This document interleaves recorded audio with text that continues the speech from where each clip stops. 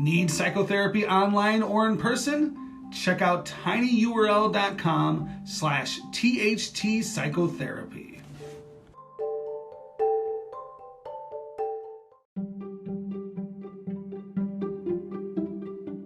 The George Brassey podcast is made possible with funding provided from Brassey Global Strategies, LLC, a leading political consulting, public policy, government affairs, and research firm. Are you interested in running for elected office? Need advice? Call or email George, 708-769-5015. Brassey Global Strategies 1@gmail.com. Freeze doesn't stop Chicago Heights City Council from taking care of business. Freeze doesn't stop Chicago Heights City Council from taking care of business. Chicago Heights, Illinois, despite some members of the council being absent, freezing weather and meeting remotely due to COVID restrictions, on Tuesday night the Chicago Heights City Council approved a number of projects to continue moving forward the city's beautification projects. Architectural services. With Alderman Vincent Zaranti sitting in as acting mayor for Mayor David Gonzalez, the council approved an agreement for architectural services with Tria Architecture.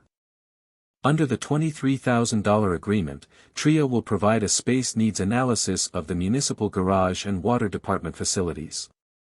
The company will analyze existing facilities and determine whether an upgrade or a totally new facility is needed, based on current and future needs. Tria has provided architectural services for other local municipalities such as Country Club Hills, designing its amphitheater, storage and fleet maintenance facilities, and upgrading its recreational center. Morton Arboretum Grant. The council voted to accept an award of $15,000 from the Morton Arboretum, through its Urban and Community Forestry Grant. The grant will pay for a tree inventory of the city. Funding for the grant is provided by the United States Department of Agriculture Forest Service through the Illinois Department of Natural Resources Urban and Community Forestry Program.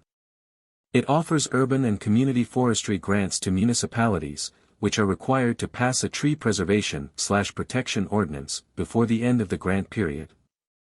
Engineering services. The council also approved proposals totaling $842,000 for engineering services for various city infrastructure projects. Chief of Staff Karen Zarant said the projects include sewer and resurfacing work around the city. The council approved an agreement with Grand Capital, North America, LLC, to induce the sale and development of the city-owned real estate at 560 and 570 West Lincoln Highway. Jack Hines, city economic development consultant, said the parcels are the sites of the former Lorenzetti's restaurant and car lot next to it.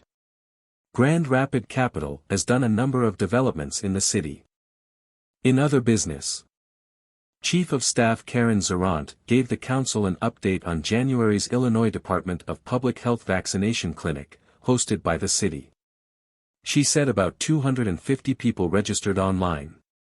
The city plans to hold another vaccination clinic, in conjunction with IDPH, in February. Chicago Heights Fire Chief Jeffrey Springer announced the promotion of Captain Tony Mascalino to Assistant Fire Chief. The council approved a redevelopment agreement to induce the sale of the city-owned surplus real estate at 1902 Euclid Avenue, through the city's Abandoned Property Acquisition Program. And the city's city towing services agreement was renewed. Freeze doesn't stop Chicago Heights City Council from taking care of business.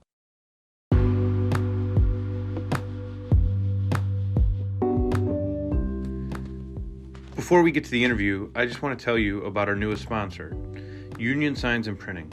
Union Signs and Printing is a union sign shop located near Chicago, Illinois, that specializes in the production of corrugated plastic lawn signs used in applications ranging from political and election usages to unions, schools, and businesses. They also produce a vast array of other products, including American-made, union-printed t-shirts, banners, bio cards, literature, door hangers, business cards, and trifold. Get a hold of Union Signs and Printing at 740-1688 or find them on the internet at unionsignsandprinting.com. And don't forget to tell them you heard about their services on the George Brassey podcast.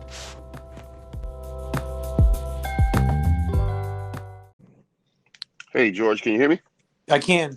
I'd like to welcome Randall White to the podcast. Randall is currently serving as a member of the Park Forest Chicago Heights School District 163 Board of Education.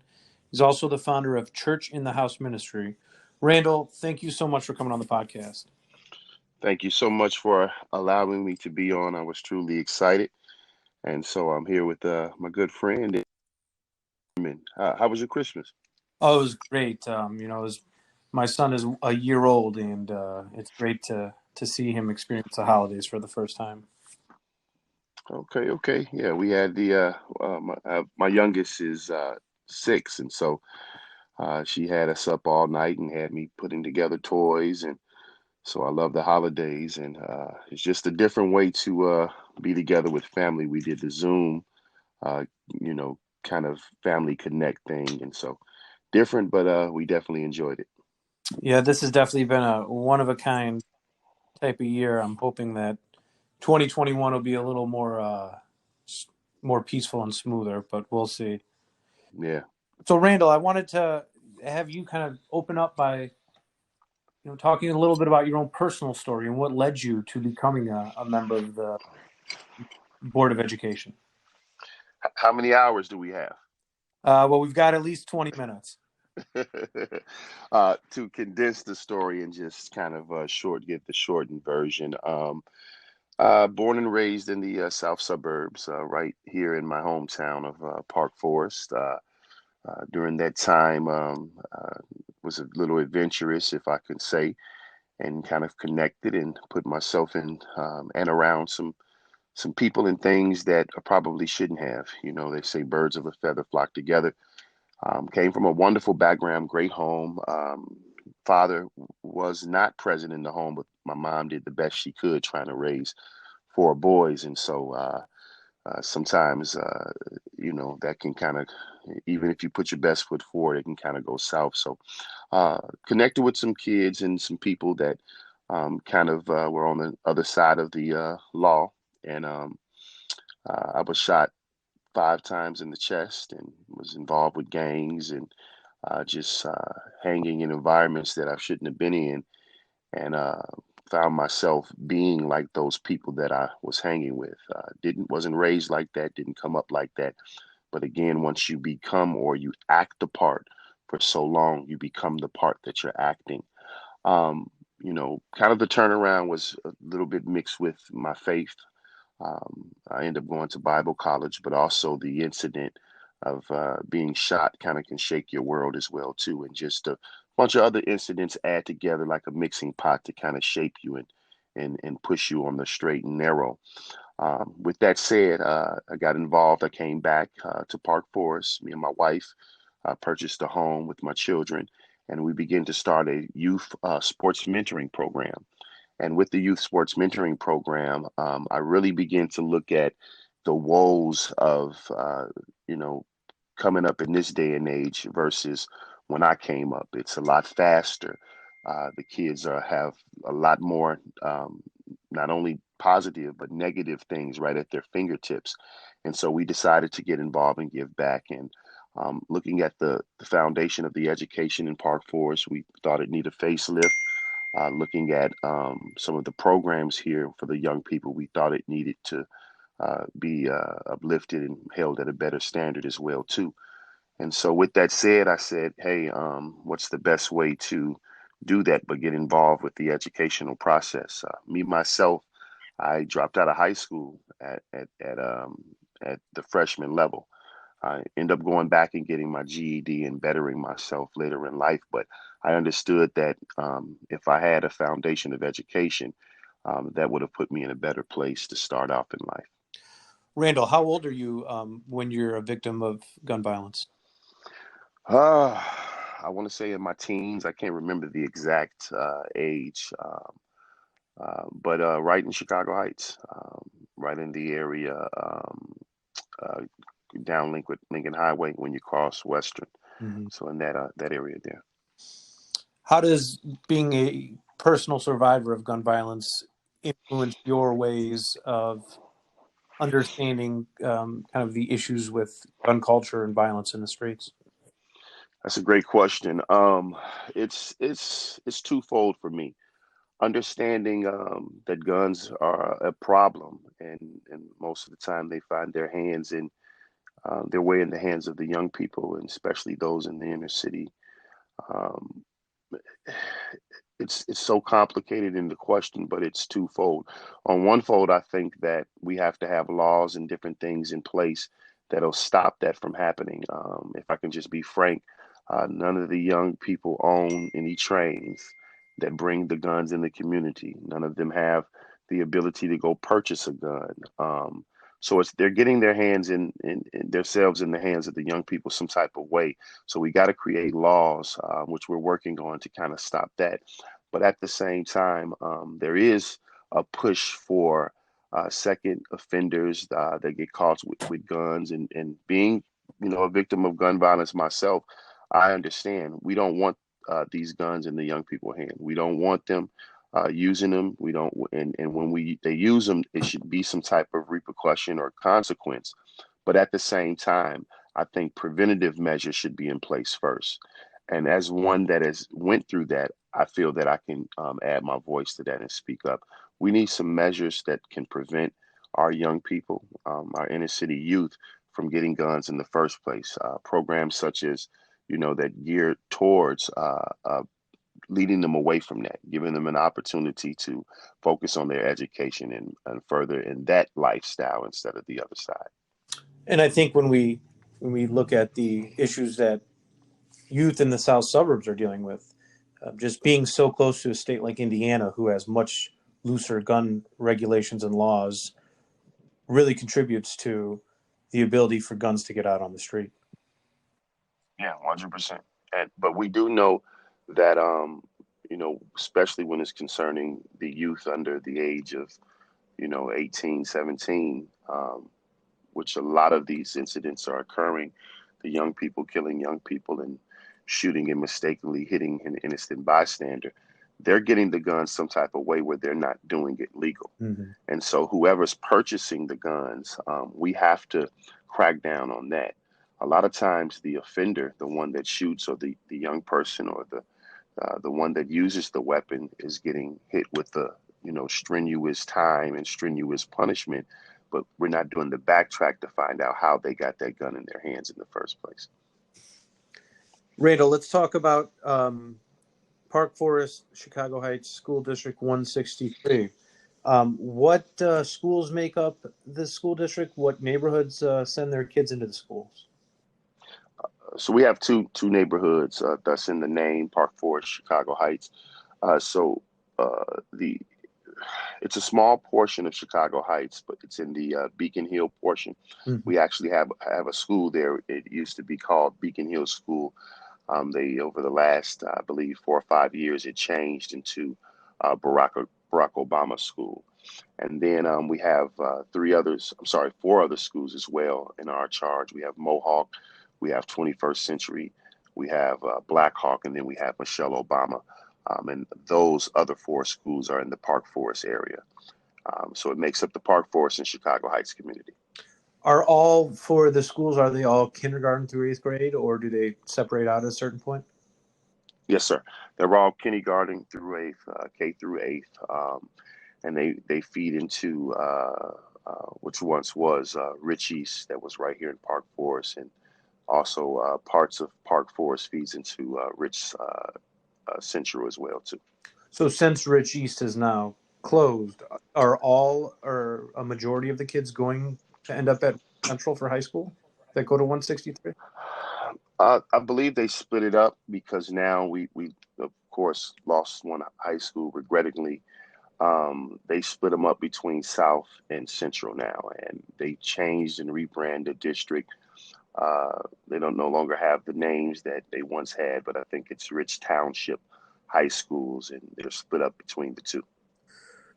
When the high school board was voting to consolidate, you were one of the biggest critics of that. How did that inform your understanding of school board politics?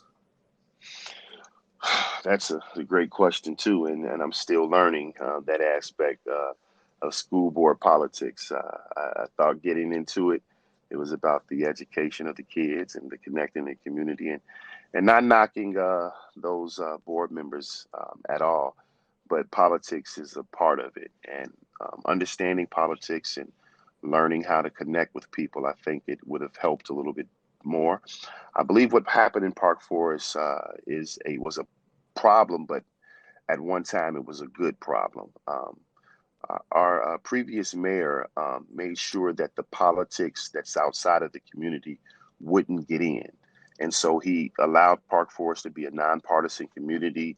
He kind of did the Heisman towards anyone, the Heisman hand towards anyone that would come in and try to bring, that type of style of politics in to where it was a monopoly and, certain friends with friends and connections. But the problem with that happened was anytime you have a closed fist, you can't get nothing in, but you can't get anything out.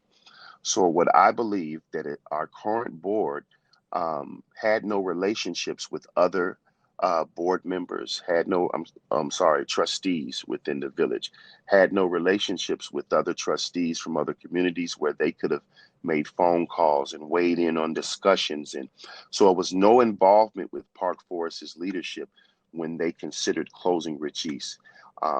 And not understanding the effects that it would do to a community over a 5-period year, how the taxes would, be affected behind that, how the property value would be affected behind that. And I believe that politics would have played a good part in this situation, because the good part of politics is having the ability to connect with people and sit down at the table and reason and come up with ideas that will be equitable for both parties.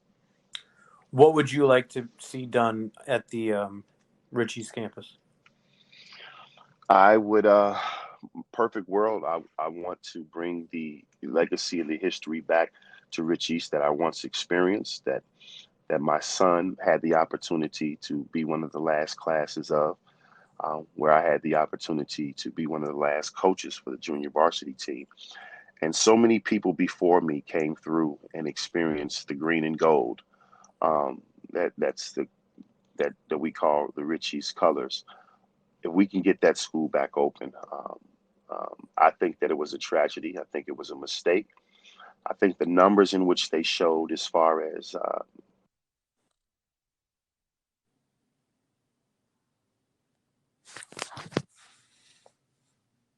Hey, Randall, are you still there? yeah, I'm still there. I apologize. I got a call that was coming in on my tablet.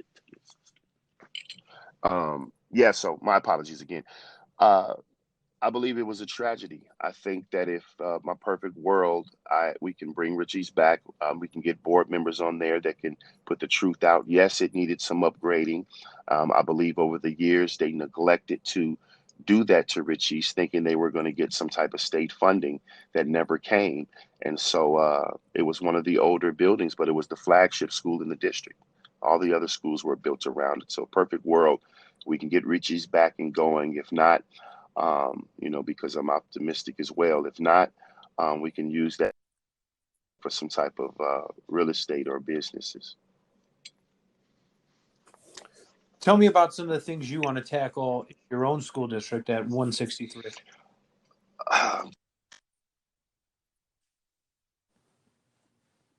Straightforward. We have to get some of those administrative salaries down.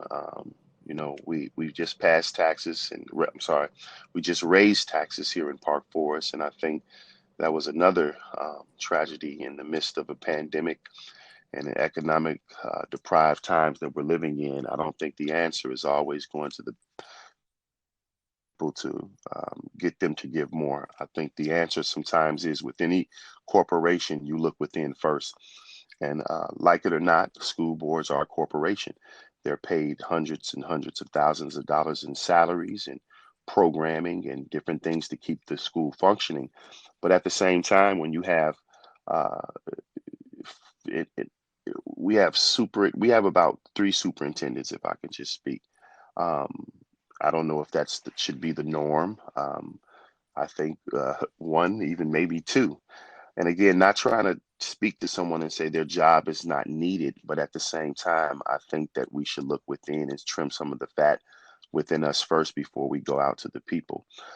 One of the arguments is that we'll lose programming. Well, we have money that we take from the EBF, the educational based funding, that will make up for the loss of those programming.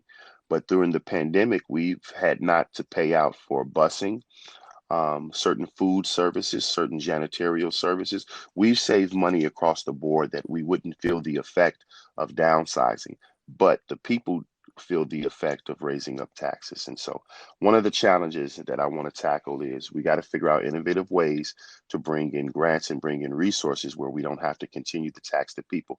And we got to get those test scores up.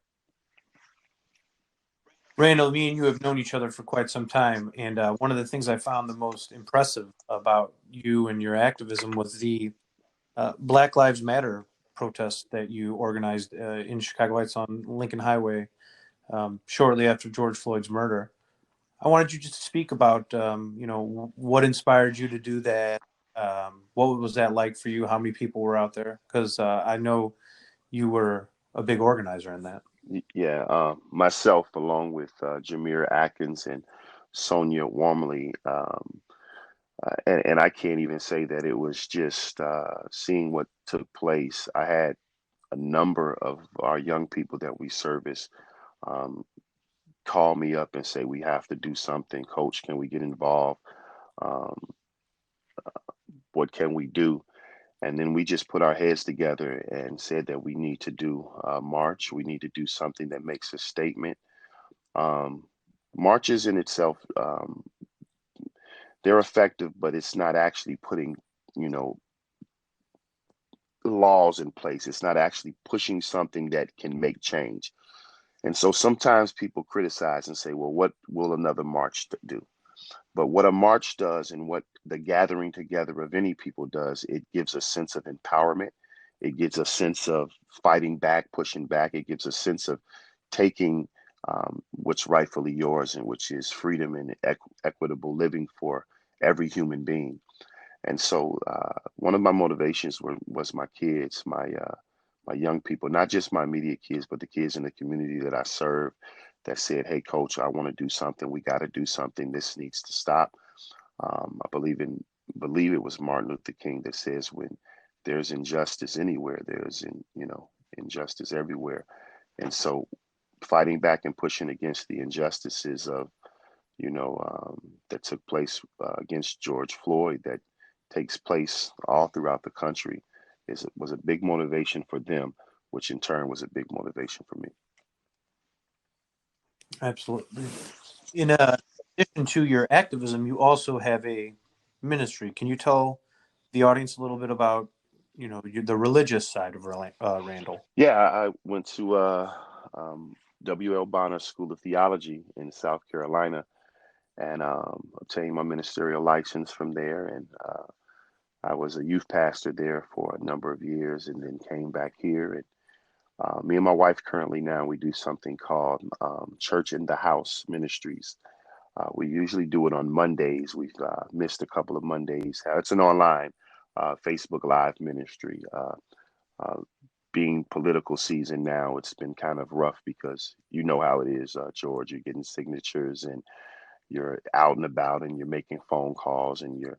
I'm a strong believer. I posted a post on Facebook today that it was a scripture that a lot of pastors talking about it, and a lot of pastors quote about fasting, fasting and praying, and how to connect with God. And one of the fasts that God told us to do to connect with Him was to loose the bonds of wickedness, and to loose the oppressed, and to give to those that are in need, and help uplift our fellow neighbor. And that's not just in words. That's not just in prayers where I can pray for an hour and say, God, I want you to, help my community. No, you got to get up. The fast and the prayer that God has chosen was for us to get up and to be involved and to be active and put our voice to power and talk about and fight back against the injustices that are taking place in our neighborhoods, in our communities, in our country. And so that's what Church in the House Ministries is about. It's a movement. It's me and my wife and my family. We minister the gospel on Facebook, but also we're heavily involved in activism within the community. Randall, I want to ask you the last question I ask all our guests. What are 2 books you would recommend to the audience that have influenced you? I would say the Bible, but we kind of spoke on that. So I'll say The Art of War, and that might be kind of interesting. You might want to know why on that. And then also I have a friend that wrote a book, Michael C. Robinson. He wrote a book called My Father's Blood, and it's about an inner city youth growing up in the city of Detroit with gangs and violence in the mid 80s and early 90s. It's a great read. It's called My Father's Blood. And now he's a pastor and a businessman and just a wonderful person. But he talks about how he was forced into that life where he never wanted to, and how, the relationship with his father and now his relationship with his, he doesn't have any kids, but his nephews and the people around him. So wonderful read, really good book. Tell us a little bit about what interests you about Sun Tzu's Art of War. I take it you read it yourself, or if you're very Sure. Yeah. I take a lot of the principles out of there and I apply them to everyday life. Everything in it is not, especially not the violence. I don't look at the violence is put in my life as far as to utilize that, but how I aggressively attack situations, how I, even with the mixed with the word of God, I believe that we're in a spiritual battle first, an unseen battle. And I want to learn strategies and ways how to combat against, those spiritual forces that influence our world as a man of God, as a preacher. But also in the natural realm, everything that you engage in sometimes could be a battle. It could sometimes be a fight. And it's not necessarily with aggression or with brute force, but learning the strategies in behind situations. I think it can make you be a more of an effective businessman, more of an effective leader, more of an effective, just all around person, just learning strategies how to navigate through life. Randall, where can the people find you on the internet? I am on Instagram. You have Park Forest Pride. You have Richie's Basketball also on Instagram. But I'm also on Facebook as well, too. You can find me at Commissioner Randall White. That's my Facebook page. You can also reach me. You want me to give my business line? Sure. You can also reach me at 708-265-1305. Again, that's 708-265-1305, and that's the Board of Education number. All right, everybody, Randall White, thanks for coming on the program. Thank you so much, my friend, for having me. It's a wonderful broadcast and look forward to connecting with you soon. You're doing so many great things, and so you definitely should be highlighted for that, too. Hats off to you, my friend. Thanks, Randall. Talk to you soon. Talk to you later. Bye. Bye.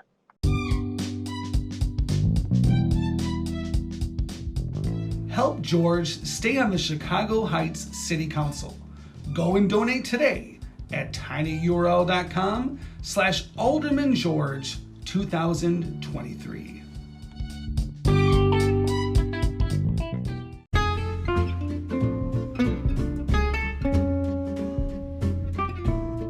Need more George?